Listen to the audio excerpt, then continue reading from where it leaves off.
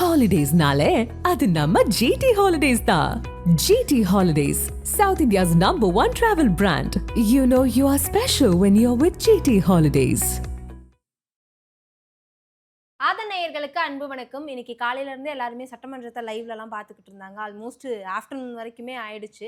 எப்பப்பா முடியும் அப்படிங்கிற ஒரு பெரிய எதிர்பார்ப்புமே இருந்தது. இன்னைக்கு சிஎம் விஜய் அவர்கள் பேசின ஒரு ஸ்பீச் பட்டி தொட்டிலாம் சரியான வைரல்னு நினைக்கிறேன். தமிழ்நாட்டு மக்களுக்காக நான் எதுவுமே ஏத்துப்பேன், எப்படி என்ன அவமானப்படுத்தினாலும் பரவாயில்ல அப்படிங்கிற மாதிரி பேசியிருந்தாரு கர்நாடகா விஷயத்தை பத்தி. சட்டமன்றத்தை பத்தி கேட்கும் பொழுது எனக்கு ஒரு ஸ்கூல் ஃபீல் தான் இன்னைக்கு இருந்துச்சு. ஸ்கூல் காலேஜஸ்லாம், ஏன்னா இது முதல்வருக்கு புதுசல்ல. ஏன்னா அவர் காலைல 9:30க்கெலாம் வீட்டிலேருந்து கிளம்பி, இல்லை 9:30க்கெலாம் மோஸ்ட்லி அவர் வந்துடுறாரு, வந்து அவரோட பணிகளை தொடங்கிடுறாரு. இன்றைக்கி அப்படி தான் நம்மளால் பார்க்க முடிஞ்சுது. 9லேருந்து 3:30 மணி வரைக்கும் கிட்டத்தட்ட ஸ்கூல் டைம் மாதிரி இன்றைக்கி நடந்திருக்கு. வரவேற்கத்தக்க விஷயம். எனக்கு தெரிஞ்சு இந்த கருத்து பரிமாறுதல்னு ஒன்று இருக்குது, ஒரு வாதம் விவாதம் அப்படின்னு, இது ரொம்ப அழகாகவே போச்சு. இதான் நான் சொல்கிறேனே, யாரும் டிவி பார்க்கல, யாரும் மொபைல் நோண்டலை, மொபைலில் பார்த்தவங்க கூட அசம்பிளியை தான் பார்த்தாங்க. அந்த அளவுக்கு நாளுக்கு நாள் எல்லாரும் அசம்பிளியை பார்க்க ஆரம்பிச்சிருக்காங்க. ப்ளஸ் அண்ட் மைனஸ் ரெண்டு பக்கமும் எல்லாருமே தெரிய ஆரம்பிச்சிருக்காங்க, கவனிக்க தொடங்கியிருக்காங்க. அப்படின்றப்போ மிகப்பெரிய ஒரு வரவேற்பானது இருந்துக்கிட்டே இருக்குது. குறிப்பாக முதல்வர் அவர்கள் இன்னைக்கு பட்டு வேட்டி பட்டு சட்டையில் காட்சி அளிச்சிருந்தார். அவரோட அந்த வரவானது எல்லாருக்குமே ஒரு கேள்வியாக இருக்குது, இந்த மனுஷன் அப்பப்போ காஸ்டியூம் மாற்றிக்கிட்டே இருக்காரு அப்படின்னு. நல்லா இருந்தால் ஏற்றுக்கிட்டு தானே ஆகணும்.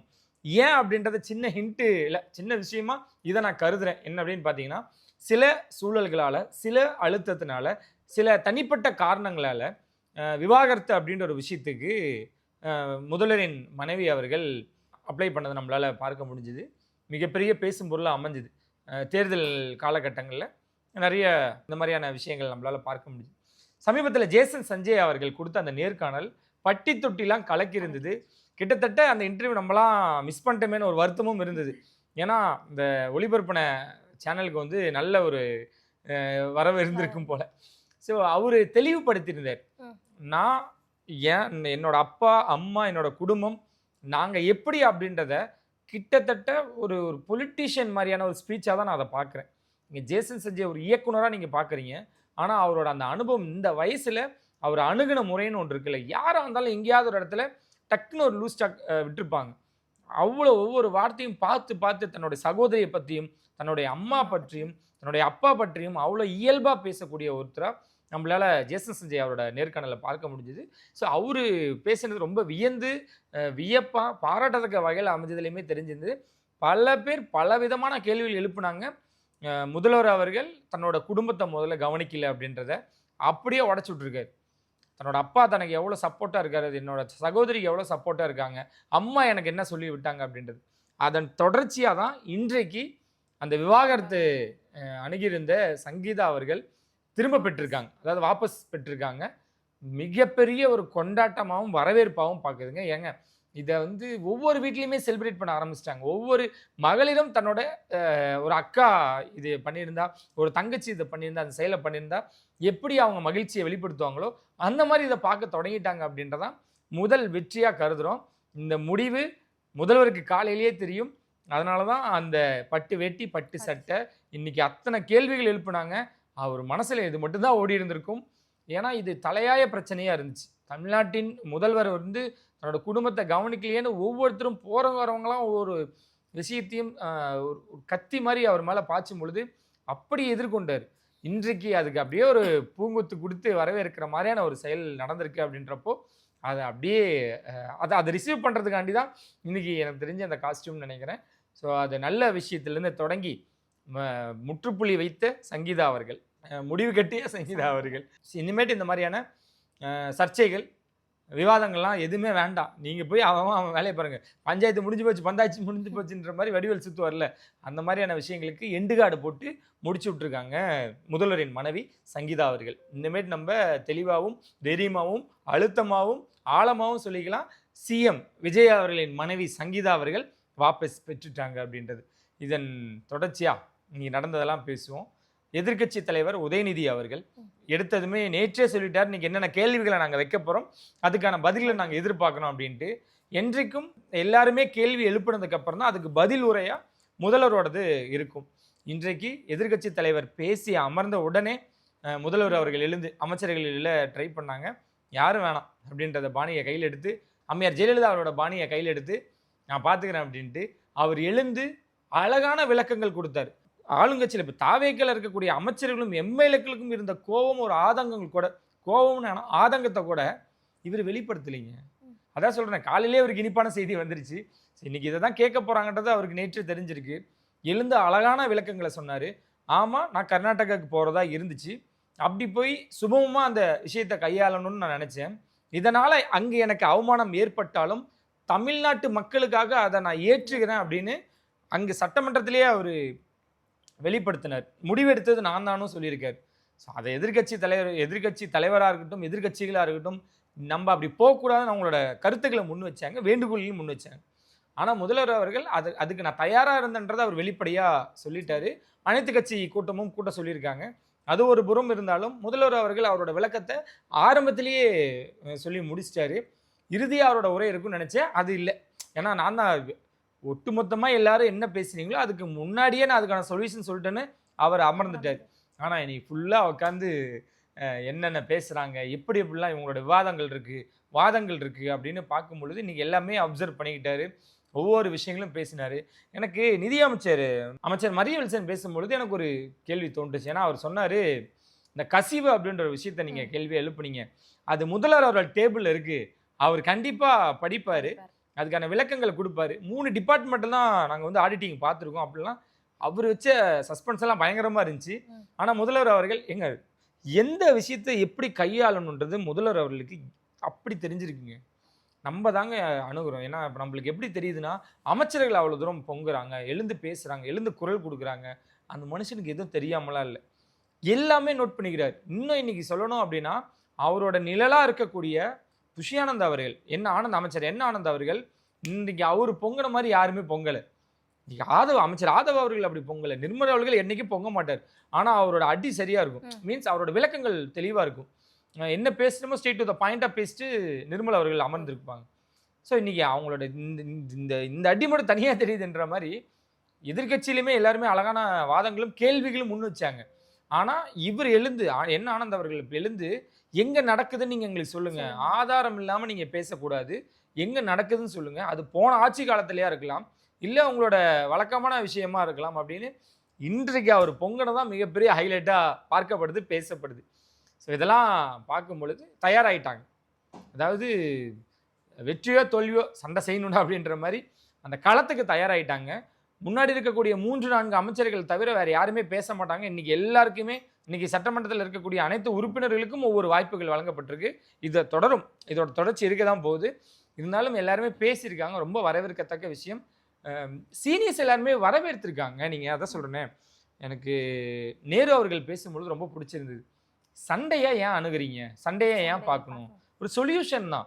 இப்படியே போயிட்டு இருந்தால் அது நீண்டுக்கிட்டு தான் இருக்கும். அதுக்கு நான் இப்போ எங்களோட கேள்விகளை வைக்கிறோம், நீங்களோட பதில்களை வைக்கிறீங்க, அது ஆரோக்கியமாக அடுத்த கட்டத்துக்கு எப்படி கொண்டு போகணுமோ நீங்கள் அப்படி கொண்டு போங்கன்றாங்க. அதுக்கான விளக்கங்கள் அமைச்சர் கொடுக்குறாங்கல்ல, அமைச்சர்கள் கொடுக்கும் பொழுதும் அவங்கள ரொம்ப அழகான விளக்கங்களையும் கொடுக்குறாங்க. ஸோ தாவேகா சார்பாக என்ன கேட்டுக்கிட்டாங்கன்னா, நீங்கள் பேசக்கூடிய கேள்விகள் கேட்கக்கூடிய அந்த நீங்கள் கேள்விகள் கேட்குறீங்களே அந்த தோரணையை மட்டும் கொஞ்சம் மாற்றிக்கிங்க அப்படின்றதையுமே டைரெக்டாகவோ எல்லாம் சொல்லி பார்த்துட்டாங்க.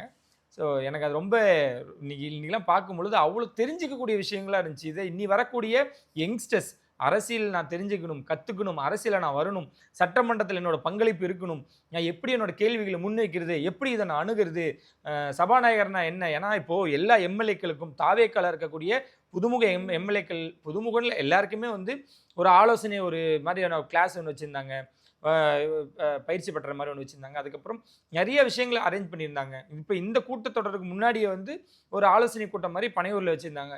எல்லாமே அவங்களுக்கு தனியாக வைக்கிறேன். ஆனால் பொதுமக்கள் எப்படி அதை பற்றி தெரிஞ்சுக்கணும், என்ன நடக்குது அப்படின்றத பார்க்கும் பொழுது சபாநாயகரோட பங்கு என்ன, அவர் என்ன சொல்லணும், அவருக்கு எப்படி ரெஸ்பெக்ட் கொடுக்கணும், எப்படி மரியாதை கொடுக்கணும், அந்த அவைக்கு என்ன மரபு இருக்குது, இந்த அவையில் வந்து என்னென்ன வார்த்தைகளுக்கு முதல்ல அனுமதி கொடுக்குறாங்க, இதெல்லாம் பார்க்கும் பொழுது அவ்வளோ இப்போ தான் வந்து நல்லா இருக்குது, ஹெல்த்தியாக இருக்குது, காம்படிஷன் ஹெல்த்தியாக இருக்குது, யங்ஸ்டர்ஸ் ஆள்றாங்க. அப்படின்றப்போ இந்த பக்கம் எதிர்கட்சிகளில் சீனியர்ஸ் இருக்காங்க, அவங்களோட குறைகளையும் கேள்விகளையும் அவங்களோட ஏதாவது ஒன்று சுட்டி காட்டும் பொழுது அதை இவங்க ஏற்றுக்கிறதா இருக்கட்டும், அதுக்கான விளக்கங்கள் கொடுக்கறதா இருக்கட்டும், ரொம்ப நல்லா இருக்குது.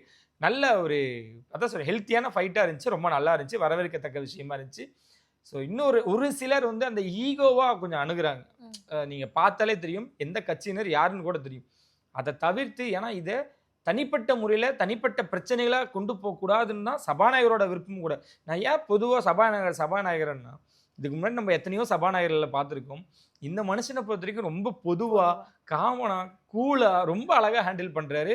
தன்னோட கட்சிக்காரங்களே அடக்குறாருங்க அவரு.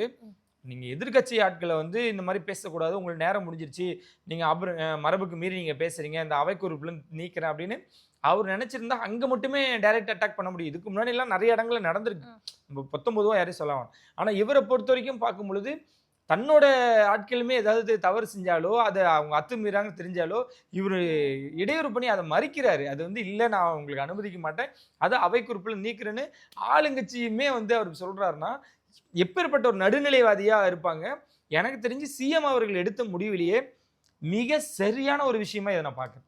ஏன்னா இந்த மாதிரியான ஒரு சபாநாயகர் எனக்கு தெரிஞ்சு இனி பார்ப்போமான்றது எனக்கு தெரியல. ரொம்ப பர்ஃபெக்டாக ரொம்ப நடுநிலையாக அணுகிறாருன்னு தான் நம்மளால் பார்க்க முடியுது. ஏன்னா இன்றைக்கூட பார்த்தனால நான் சொல்கிறேன், கலைஞர் அவர்களோட வந்து இரவு கைது அதிரடியாக இரவில் கைது பண்ணாங்க. அந்த சம்பவத்தை அவர் ஷேர் பண்ணதாக இருக்கட்டும், எம்ஜிஆர் அவர்களோட பணிபுரிஞ்சதாக இருக்கட்டும். ஏன்னா அங்கே இருக்கக்கூடிய சீனியர்ஸில் மோஸ்ட் ஆஃப் சீனியர்ஸ் வந்து இவரோட நண்பர்கள் அப்படின்றப்போ அவங்களுக்குன்னு அவர் அந்த ஸ்பேஸையும் கொடுக்கல. இருக்கக்கூடிய யங்ஸ்டர்ஸை அப்படி தட்டி கொடுத்தும் போகிறாரு, மற்றவங்களை தட்டி விடாமையும். அப்படி வேறு மாதிரியான விஷயமா இருக்குது.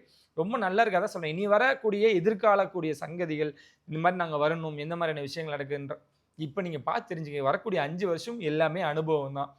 ஸோ அந்த நிதிநிலையை பற்றி சொன்னாங்க, அதில் எதை ஏற்கிறது எதை ஏற்கக்கூடாது, எதுக்கு நிதி பத்தும் எது நிதிக்கு பற்றக்கூடாது, நம்ம காவேரி பிரச்சனை எப்படி அணுகணும், இந்த மாதிரி ஒவ்வொன்றுக்கும் தீர்வாகும் பிரச்சனைகள் விஷயமாகவும் பேசின விஷயங்கள் ரொம்ப அருமையாக இருந்துச்சு, அழகாகவும் இருந்தது, நல்லா இருந்ததுங்க. இனிமேட்டு இப்படி இருந்துச்சுன்னு அதான் நான் சொல்கிறேனே, எல்லாருக்குமே ஒரு அனுபவம் இருக்கும். ஃபெலிக்ஸ் அவர்களுக்குமே ஒரு பதவி கொடுத்துருக்காரு, அதை பற்றியும் நிறைய விஷயங்கள். ஏன்னா ஏற்கனவே லயோலோமணி அவர்களுக்குமே ஒரு பதவி, அதை தொடர்ந்து இவருக்கும் தந்திருக்கிறாங்க. எப்படி பார்க்குறீங்க? தமிழ்நாடு சிறுபான்மையினர் ஆணையத்தின் தலைவராக ஃபெலிக்ஸ் ஜெரால்டு அவர்கள் தேர்வு செய்யப்பட்டிருக்காரு. நான் தான் உங்கள்கிட்ட தொடர்ந்து சொல்லிக்கிட்டே இருக்கேன், தமிழக வெற்றி கழகம் ஆரம்பித்த நாட்கள்லேருந்து யார் கூட இருக்காங்க, கட்சிக்காக யார் குரல் கொடுத்தாங்க, அவங்களுக்கு கஷ்டமான நேரங்களையும் யாரெல்லாம் துணை நின்றாங்க, அதுக்கப்புறமேட்டு அதனால் எவ்வளோ பிரச்சனைகளை ஃபேஸ் பண்ணாங்க அப்படின்னு பார்த்து ஒவ்வொருத்தரையும் கூட இருக்கவங்கள அதான் சொல்கிறேனே, நம்மளை நம்பி வந்தவங்களை நம்ம பார்த்துக்கிட்டு நமக்கு மேலே இருக்கவங்க நம்மளை பார்த்துப்பான். இந்த கான்செப்ட் தான். மணி அவர்களுக்கு அழகான ஒரு பொசிஷன். பெரம்பூரில் வந்து விஜய் அவர்கள் நின்று, அதாவது நம்ம சிஎம் விஜய் அவர்கள் அங்கே தான் வந்து வேட்பாளராக நின்னாங்க, வெற்றியும் அடைஞ்சார். அங்கே ஒரு செயலாளர் இருப்பார்ல, இத்தனை வருஷமாக உழைச்சிருப்பான்ல, நான் பார்த்துக்கிறேன் உங்கள் சிவாவை அப்படின்னாரு. சொன்னதை செஞ்சு காமிச்சாரா? அதே தான் பல பேர் வந்து போன ஆட்சி காலத்தில் ஃபெலிக்ஸ் அவர்கள் மேலே நிறைய வழக்குகள் இருக்குது எப்படி அப்படின்னு நிறைய கேள்விகளை எழுப்பும் பொழுது அவருக்கு இப்போ இந்த பதவியும் கொடுத்துருக்காங்க. இதை தாங்க நான் மறுபடியும் சொல்கிறேன், நம்ம சிஎம் அவர்கள் தன்னை நம்பி இருக்கிறவர்களையும் தன்னை கூடயே இருக்கிறவர்களையும் கைவிடவே மாட்டார். அதுதான் தமிழ்நாட்டுக்கும் அவர் ஒரு ஃப்யூச்சரை நோக்கி அவரோட பயணமானது பாதையானது இருந்துக்கிட்டு இருக்கு. பாருங்கள், இன்னும் அதிரடியாக இருக்க போகுது.